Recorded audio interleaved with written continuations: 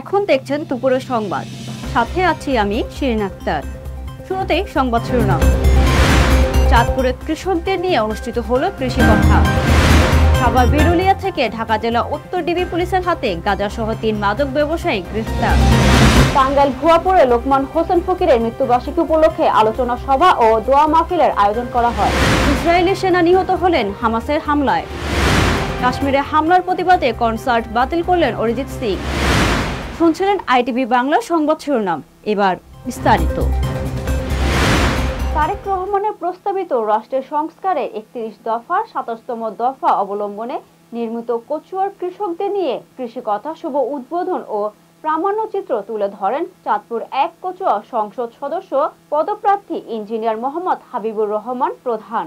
চাঁদপুর কচুয়া প্রতিনিধি হারুনুর রশিদ আইটিভি বাংলাকে জানিয়েছেন, চাঁদপুরের কৃষকদের নিয়ে অনুষ্ঠিত হলো কৃষি কথা। বিএনপির ভারপ্রাপ্ত চেয়ারম্যান তারেক রহমানের প্রস্তাবিত রাষ্ট্র সংস্কারের ৩১ দফা ২৭তম দফা অবলম্বনে নির্মিত চাঁদপুরের কৃষি কথার উদ্বোধন করা হয়েছে। ২৪ এপ্রিল সন্ধ্যায় কচুয়া উপজেলার সাচার বহুমুখী উচ্চ বিদ্যালয় মাঠ প্রাঙ্গণে এই অনুষ্ঠানের আয়োজন করা হয়। এই ব্যতিক্রমী অনুষ্ঠানে উদ্বোধক, প্রধান ও বিশেষ অতিথিরা সবাই ছিলেন স্থানীয় কৃষকদের ভূমিকায়।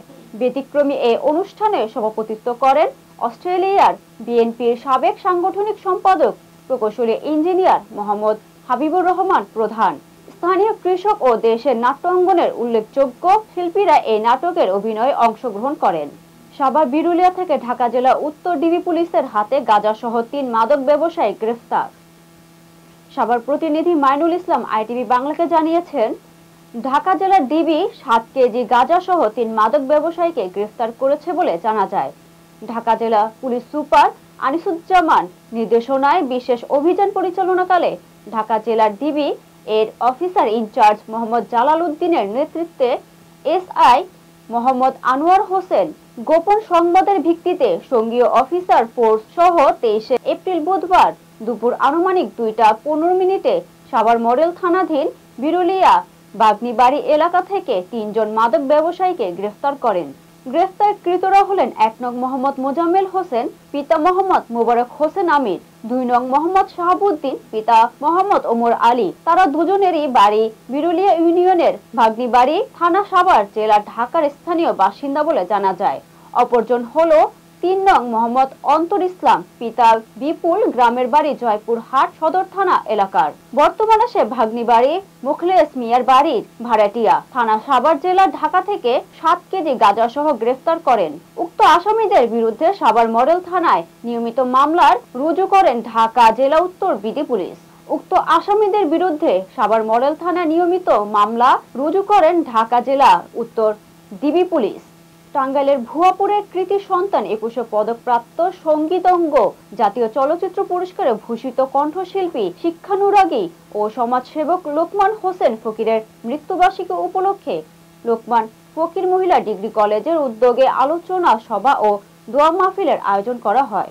টাঙ্গাইল প্রতিনিধি সৈয়দ সারোয়ার সাদি রাজু আইটিভি বাংলাকে জানিয়েছেন, বৃহস্পতিবার উপজেলার লোকমান ফকির মহিলা ডিগ্রি কলেজে অডিটোরিয়ামে আয়োজিত এই অনুষ্ঠানে শিক্ষক, শিক্ষার্থী, স্থানীয় বিশিষ্টজন ও মুক্তিযোদ্ধাদের উপস্থিতি ছিল। লোকমান হোসেন ফকির ছিলেন একজন সংগ্রামী মানুষ, যিনি ভুয়াপুর অঞ্চলের নারী শিক্ষার বিকাশে অগ্রণী ভূমিকা রেখেছেন। তার স্মরণে ফকির মাহবুব আনাম স্বপন ভুয়াপুরে লোকমান ফকির মহিলা ডিগ্রি কলেজ প্রতিষ্ঠা করেন। লোকমান হোসেন ফকির ১৯৩৪ সালের ২৭ ডিসেম্বর টাঙ্গাইলের তৎকালীন গোপালপুর থানার অন্তর্গত ভুয়াপুরে নিকরাইল গ্রামে জন্মগ্রহণ করেন।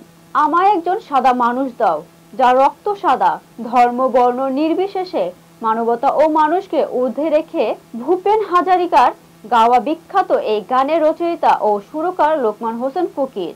২১ পদক ও জাতীয় চলচ্চিত্র পুরস্কার প্রাপ্ত এই সঙ্গীতজ্ঞ ও কণ্ঠশিল্পীর ৩৪তম মৃত্যুবার্ষিকী ২৩ এপ্রিল ১৯৯১ সালের এই দিনে লালমাটিয়ায় নিজ বাসভবনে শেষ নিঃশ্বাস ত্যাগ করেন।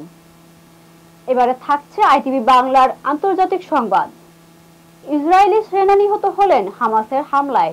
ইসরায়েলি প্রতিরক্ষা বাহিনী আইডিএফ এক সদস্য নিহত হয়েছেন হামাসের হামলায়। বৃহস্পতিবার 24 এপ্রিল দেশটির সামরিক বাহিনী এ তথ্য জানায়। গাজায় হামাসের পাল্টা প্রতিরোধে বৃহস্পতিবার উপত্যকার উত্তরাঞ্চলে মৃত্যু হয় ওই আইডিএফ সদস্যের। আহত হয়েছেন 3 আইডিএফ সদস্য। আহতদের মধ্যে একজনের অবস্থা গুরুতর। আইডিএফ জানায় নিহত ওই সেনা ট্যাঙ্ক কমান্ডার ছিলেন। তাদের নাম ও পরিচয় এখনো প্রকাশ করা হয়নি। জানা যায় বেত হানুন এলাকায় স্নাইপারে ছোড়া গুলিতে প্রাণ গেছে তার। বাকিরা আহত হয়েছে এন্টি ট্যাঙ্ক রকেট হামলায়।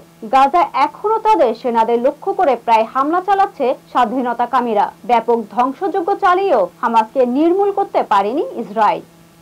এবারে থাকছে আইটিভি বাংলার বিনোদন সংবাদ। কাশ্মীরের হামলার প্রতিবাদে কনসার্ট বাতিল করলেন অরিজিৎ সিং।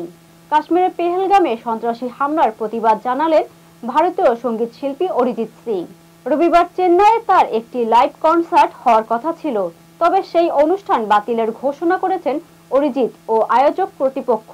আয়োজকদের পক্ষ থেকে এক বিবৃতিতে জানানো হয়েছে, সম্প্রতি ঘটে যাওয়া একটি মর্মান্তিক ঘটনার কারণে শিল্পী এবং আয়োজকরা একত্রে অনুষ্ঠানটি বাতিল করার সিদ্ধান্ত নিয়েছেন।